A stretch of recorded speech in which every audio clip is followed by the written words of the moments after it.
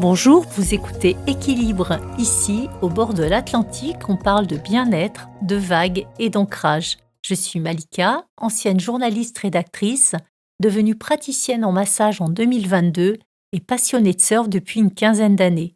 Dans ce podcast, je vous invite à la rencontre d'experts et de voix complices et je vous partage des inspirations pour vous aider à cheminer dans votre recherche d'équilibre.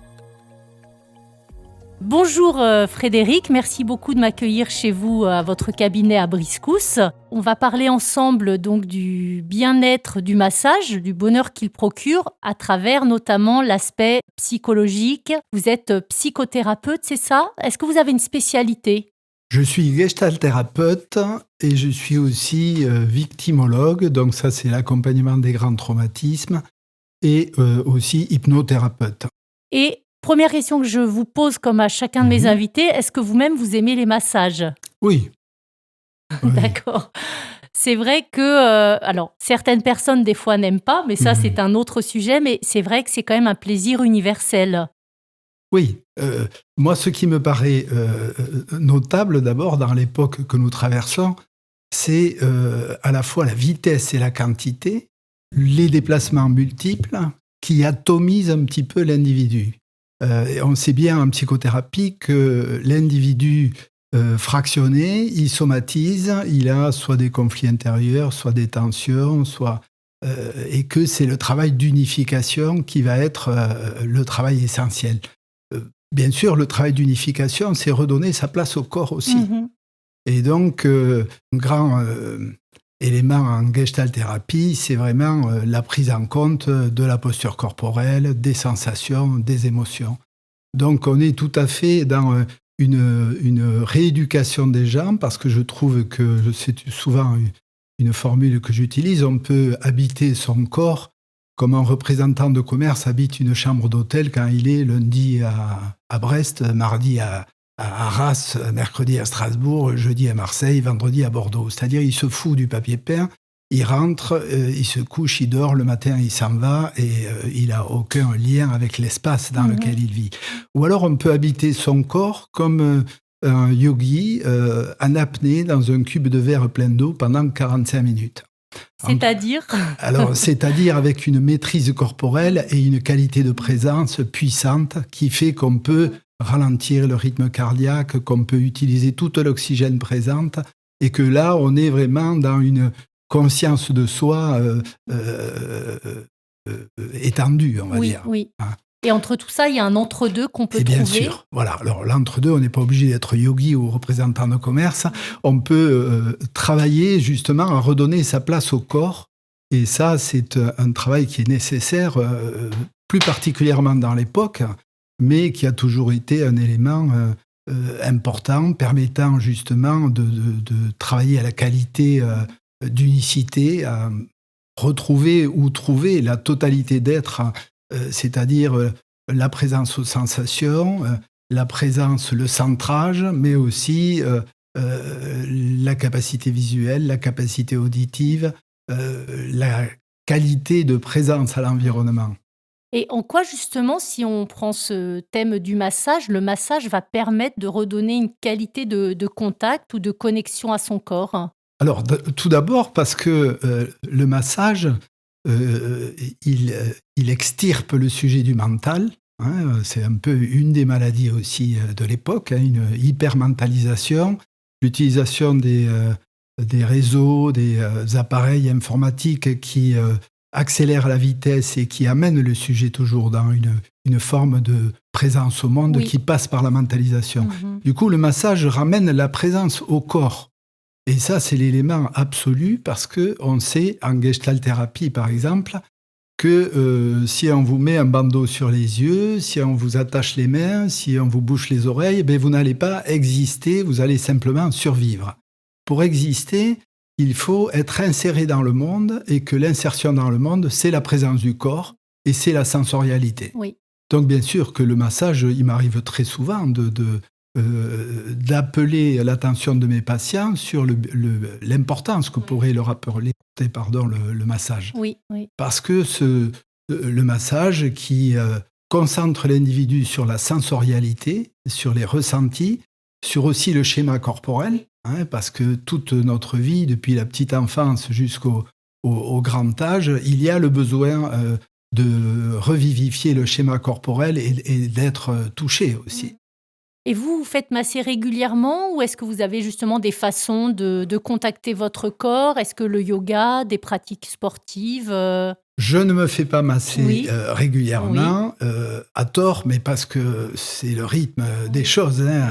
Donc par contre, j'ai une pratique de yoga pendant de très longues années, plusieurs heures par jour, Oui. pas des petites pratiques.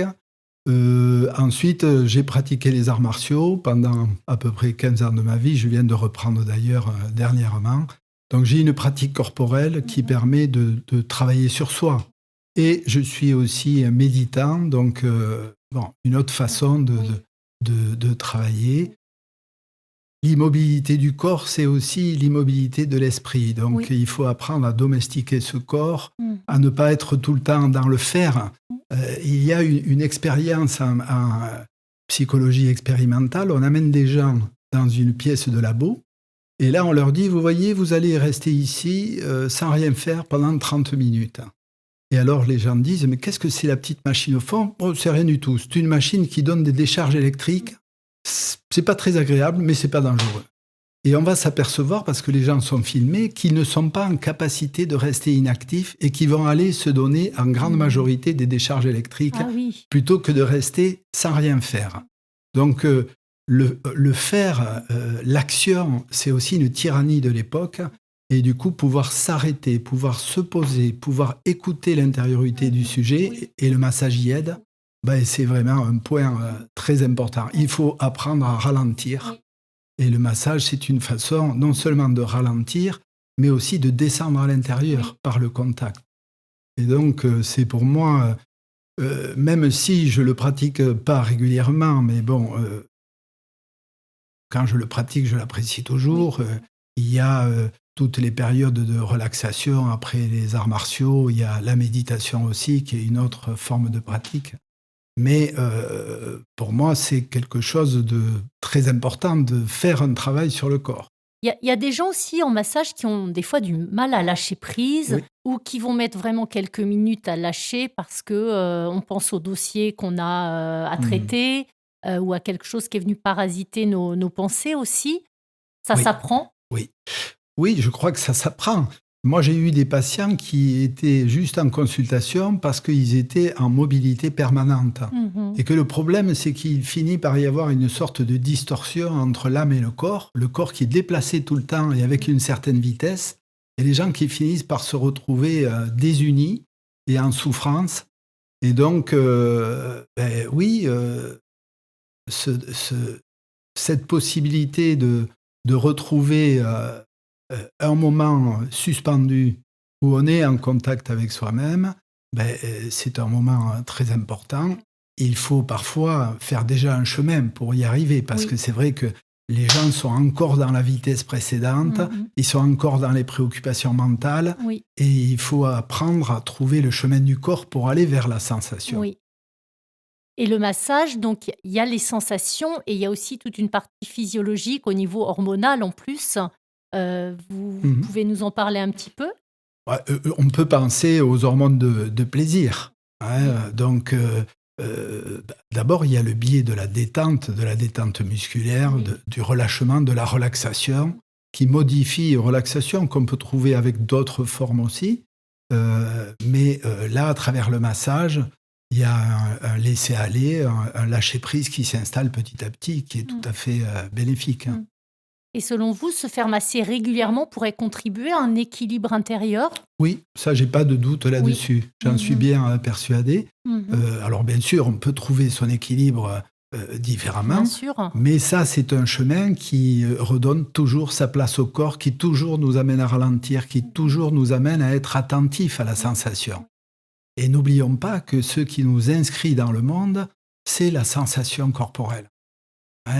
La différence entre je pense à mon voyage au Maroc et je revis mon voyage au Maroc, c'est que je retrouve les images, les parfums, l'accablement de la chaleur, toutes les sensations Oui. qui sont liées au souvenir. Mmh. Donc, les sensations, la prise de conscience de l'importance des sensations qui m'inscrivent dans le réel, Oui. et aussi ce qu'on appelle, nous, l'awareness, c'est-à-dire un état de conscience de grande ouverture qui amène vraiment à être dans un centrage corporel. Donc je crois que la pratique régulière du massage amène à contacter, comme on l'a dit, ce ralentissement, cette intériorité, ces sensations, le plaisir du relâchement, et aussi à se trouver dans une unité plus grande. Oui. Le massage, on le pratique de plus en plus ici en Occident. On a l'impression, en tout cas, qu'il y a des cultures, on pense notamment aux cultures asiatiques, en Et oui, Inde, en Thaïlande et autres, où ça fait vraiment partie oui, du socle social. On peut se bien faire sûr. masser dans la rue. Nous, ça veut dire qu'on a du mal avec le corps. Enfin, il y a aussi une différence culturelle par rapport à ça. Oui, je crois simplement que ça fait partie de la fracturation occidentale, un peu comme la médecine d'ailleurs, et traite le foie, traite le cœur, alors que la médecine chinoise est tout à fait intégrative, elle considère l'être comme une totalité. Alors moi, je voyage beaucoup en Asie aussi. Quand je suis en Asie, je me fais masser Oui. tous les 2 jours, quoi, Oui, hein. voilà. Donc, alors parfois c'est douloureux parce que Oui. Oui, oui. c'est pas toujours une partie de plaisir. Et Oui. parfois on dit waouh, Oui, c'est oui. non, demain je me Mhm. fais pas masser parce Oui. qu'aujourd'hui ça a été vraiment éprouvant. Voilà, Il m'est oui. arrivé d'avoir des massages Oui. comme ça en profondeur, et surtout que quand je voyage, moi je fais 20 km par jour au moins de marche tous les jours. Donc les muscles sont Oui. et là ça fait mal, hein. Mais c'est vrai qu'ils ont un rapport au corps complètement différent. Pour eux, il y a quelque chose de beaucoup plus naturel et spontané. euh, et on sait bien que notre vie va entraîner des tensions corporelles, etc. Eux, pour eux, c'est intégré tout Oui, ça. oui. Et le chemin pour dénouer aussi est intégré. Chez nous, c'est plus compliqué. Parce qu'on est justement dans une fracturation de l'être, beaucoup Oui, plus beaucoup que... plus, Oui, oui. je pense. Mais en tout cas, c'est vrai que pour avoir, passé un peu de temps en Asie, bon, il y a des petits salons, des fois, qui payent pas de mine, où on reçoit des soins incroyables. À côté, on peut tomber sur des hôtels, de luxe, ce qui ramène au toucher. En fait, le massage, c'est vraiment, à la base, une histoire quand même de toucher, et le cadre, c'est la petite cerise sur le gâteau pour vous. Je pense que le décor n'a pas beaucoup d'importance. Ce qui compte, c'est le savoir qui est porté par la personne qui masse, et c'est aussi l'intentionnalité, Oui. c'est-à-dire les énergies qui circulent. Je pense que avant de masser, il faut avoir fait aussi un certain chemin vers la question de Oui. l'autre, et il faut être à jour, au clair avec ça, et du coup, il y a beaucoup de choses qui passent. Ce que je crois, c'est que c'est un peu comme en psychothérapie, vous savez. En Oui. psychothérapie, il y a la technique, les concepts, il y a le chemin intellectuel qu'on a fait, mais il y a aussi les expériences de vie qu'on a eues.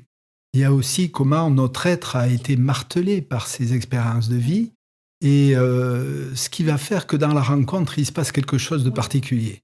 Et je crois qu'avec un masseur, c'est exactement la même chose. C'est quelqu'un qui devrait, je pense, pouvoir transmettre quelque chose, même quelque chose qui ne lui appartient pas, Mmh. par le biais d'une technique. Comme Oui. un musicien, si vous Oui. voulez, va transmettre une émotion à Mmh. travers l'instrument qu'il utilise, mais Mmh. parce qu'il maîtrise une technique. Mmh. Donc là, je pense que le massage, c'est une très grande connaissance du corps. Des Oui. insertions, Oui. voilà. Donc ça, c'est un savoir, mais on le voit tout de suite quand on est massé, si Oui. on a affaire à quelqu'un qui sait ce que c'est qu'un corps humain. Et puis après, c'est toute la partie, j'oserais dire, spirituelle, Mmh. c'est-à-dire comment on est dans une ouverture aux énergies, bon, moi je crois aux énergies supérieures. Donc je pense qu'être en lien avec, non pas l'apparence des choses et la matérialité, mais avec l'essence des choses, ça va conférer au massage quelque chose de très généreux et de puissant sûrement. Mm. Je suis très clair par rapport à ma pratique professionnelle, et qui alors a un volet psychothérapie, Oui. mais un volet aussi accompagnement des grands traumatismes. Oui. Oui. Et là, on voit comment les grands traumatismes se fixent corporellement de manière très puissante. Et donc, euh, il est clair que toutes les expériences que nous faisons sont d'abord corporelles, et que donc il faut pouvoir développer sa qualité de présence, sa conscience de soi, son intériorité, sa capacité à ralentir pour redonner une place à un corps qui disparaît de plus en plus dans la vie contemporaine, on va dire. Il est d'ailleurs, les êtres souffrent de stress, de problèmes digestifs, d'angoisse parce qu'ils sont jetés dans un monde qui va vite avec des impératifs, des contraintes. Et retrouver vraiment le langage du corps, la capacité à écouter les symptômes aussi, qui sont en fait les paroles que le corps nous dit quand on n'a pas élaboré quelque chose, bien, ça me paraît essentiel. Donc moi, je recommande la pratique du massage.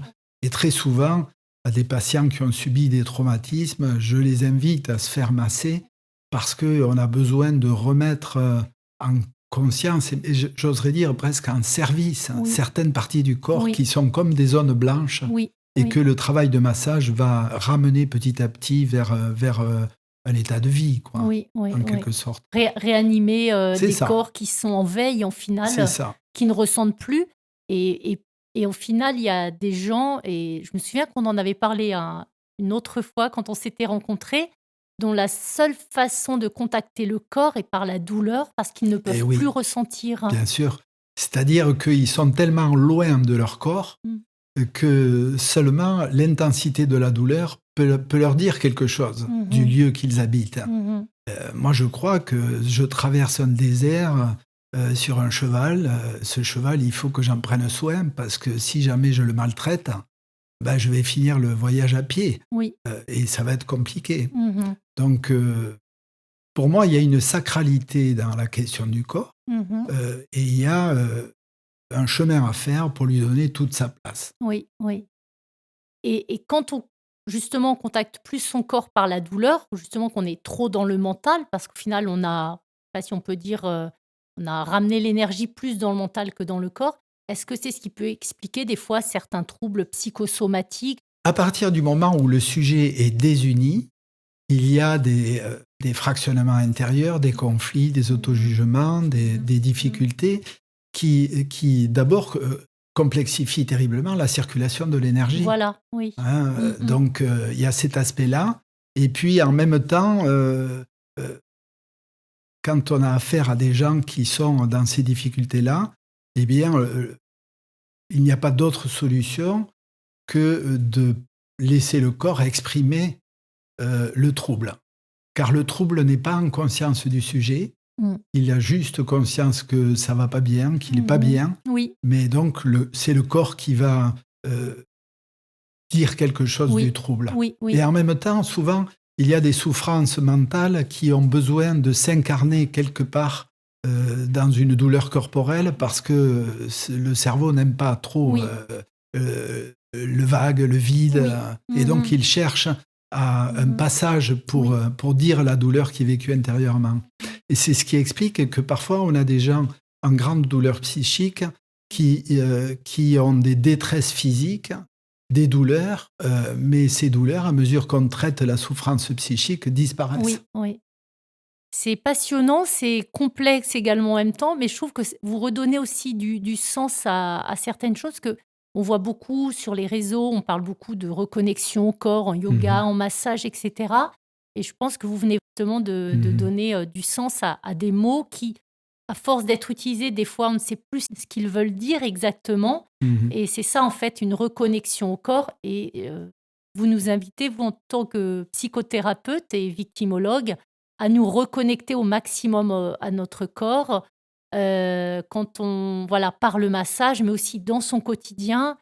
Cette reconnexion au corps, elle est condition obligée pour aller vers un état de bien-être et un état d'unité. Ce qui fait le bonheur des gens, c'est l'unité totale entre la psyché, parce que j'ai dépassé mon histoire et que je la connais. C'est aussi le corps, c'est aussi l'intellect, c'est aussi les besoins spirituels. Voilà, là on est dans une totalité et cet équilibre-là donne du bonheur. Donc, dans l'époque qui est la nôtre, retrouver le chemin du corps, c'est pour moi absolument essentiel. Et je pense que quand on masse, il faut à la fois connaître le corps, bien entendu, mais il faut aussi beaucoup aimer les gens. Oui. Et plus on aime les gens, plus on va pouvoir donner Mm. et plus les êtres vont recevoir des choses importantes. Oui. Et chaque fois qu'on refabrique de l'unité, on est dans la possibilité de recevoir beaucoup de choses. Lors d'un échange avec une ostéopathe animalier, nous parlions du contact chez les animaux. Elle soulignait justement que les animaux, eux, sont connectés au présent. Justement, ils ressentent, ils sont ni dans le passé ni dans le futur. Ils sont pleinement dans le présent. Qu'est-ce que ça vous évoque? Alors ça, c'est un point très important. Beaucoup de patients en souffrance sont des patients qui sont essentiellement reliés à leur passé, par le biais du manque, par le biais du traumatisme ou de la souffrance. Donc une partie du travail consiste à leur permettre de comprendre tout ça et de pouvoir accéder au présent. Le présent, c'est un point absolu en termes d'importance pour notre vie, puisque c'est le lieu où se passe notre vie. Quand nous observons des tableaux anxieux ou des gens, comment fonctionnent-ils? Ils sont toujours déjà projetés dans un futur plus ou moins immédiat, en faisant en plus, alors ils ne sont pas du tout dans la pensée positive, en faisant des hypothèses négatives, néfastes, dangereuses, angoissantes, etc. Et ça, c'est un moteur de souffrance vraiment très puissant. Donc apprendre à vivre et à profiter, on apprend ça aussi en méditation, du présent, de la pointe acérée du présent, je dirais, pour pouvoir développer un état de conscience où je suis complètement inséré dans le réel. Parce que je vois ce que je regarde, j'entends véritablement, je peux toucher et je sais dans quel monde je suis inséré. Donc là, on a quelqu'un qui est vraiment centré et qui est Au bon endroit? au bon endroit, c'est-à-dire dans le présent de sa vie. Oui. Oui. Et par rapport au toucher, donc qui est vraiment le sens du massage, est-ce qu'il y a, il y a certains philosophes qui disent que c'est un peu le sens ultime sans lequel les autres n'existeraient pas. Est-ce que pour vous, c'est un des sens les plus puissants, justement, le toucher? Alors, c'est notre premier sens, quand on vient au monde, c'est le seul de contact. On n'a pas encore l'ouïe et la vue. Donc, le toucher, il a une puissance qui lui est propre. C'est probablement pour ça que c'est le sens qui domine un petit peu les autres. On voit chez des gens qui sont porteurs de handicap que la perte de l'ouïe ou la perte de la vue va développer des aptitudes. Et souvent, le toucher est l'élément qui permet de compenser. Oui. Merci beaucoup Frédéric, c'était passionnant. Peut-être qu'on a entendu le feu crépiter, je ne sais pas si on l'entendra au micro. Mais c'est vrai que c'est qu'il y a une cheminée dans ce cabinet. Voilà, il y a une cheminée, c'est très cosy, de la vieille pierre, des poutres et voilà, c'est très sensoriel. Merci beaucoup Frédéric. Merci Malika. À bientôt, au revoir. Je vous remercie beaucoup d'avoir suivi cet épisode. Pour suivre les prochains épisodes, abonnez-vous gratuitement sur votre plateforme préférée. N'hésitez pas à me laisser un commentaire ou des petites étoiles. Je vous souhaite de très bonnes fêtes de fin d'année. Je vous dis à bientôt. D'ici là, prenez soin de vous.